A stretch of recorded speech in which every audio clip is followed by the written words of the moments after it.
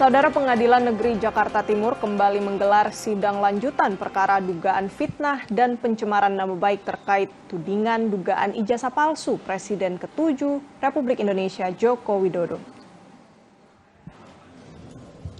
Dalam agenda persidangan kali ini, jaksa sampaikan tanggapan atas nota keberatan atau eksepsi yang sebelumnya diajukan Dr. Tifa. Sementara usai persidangan, Dr. Tifa bilang optimistis majelis hakim mengabulkan eksepsi mereka usai mendengarkan tanggapan jaksa.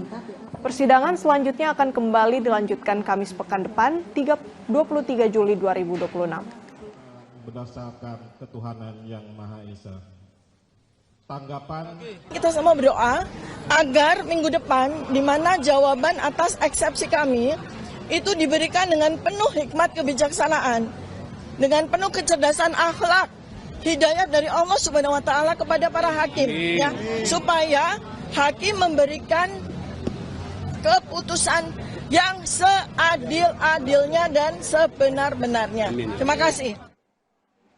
Kita ke sorotan lain, Saudara. Kejaksaan Agung telah menerbitkan sprindik baru 3 kasus yang menyeret ex-Jampitsus usai penyerahan barang bukti dari Kortas Tipikor Polri.